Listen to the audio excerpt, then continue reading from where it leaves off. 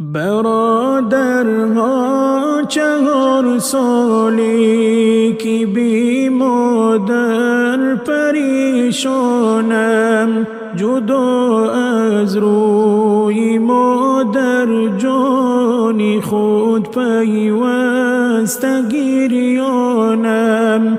مرا مادر همیشه هم دلم بود، غم گسارم بود. غمی دل را به کی گویم، بغیری او نمیدانم.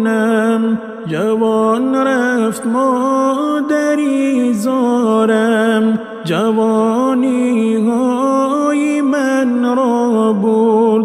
گذشتم از جوانیم، زی سوزی مادری جانم. روم از هر سفر دوباره سوی خانه مادر، به امیدی که بینم مادری ره دوری پزمانم. زمانی واردی دروازه می گردم، نمی بینم.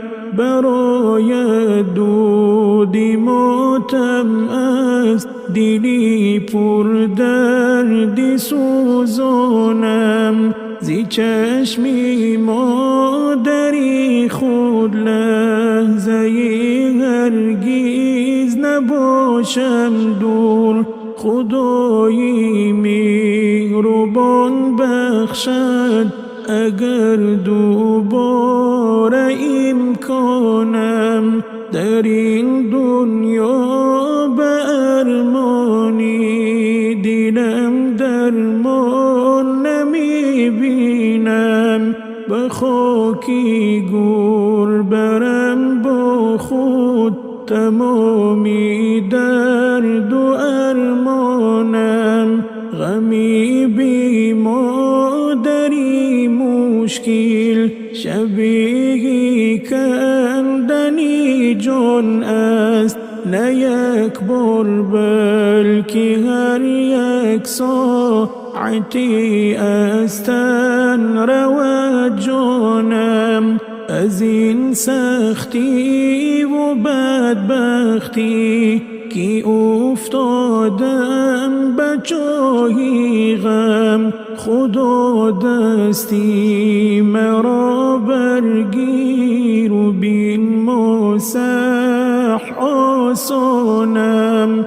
میانی جمله دیوانی که دور از فعل انسانی، شدم دیوانه حال بی مادرم. بر روی دیوانم بودی گویا، ولی بر عالمی خاموشیان رفتی. نمودی با تلاش خود مرا عالم نمایانم. اگر میرم بگفت محکم پوری در حسرتی مادر، خداوندا مرا نزدش ببر با نور ایمانم.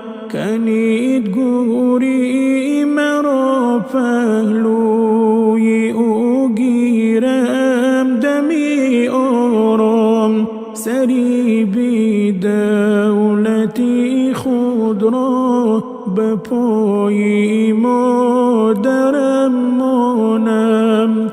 برادرها 4 سالی که بی مادر پریشانم، جدا از روی مادر جانی خود پیوسته گریانم.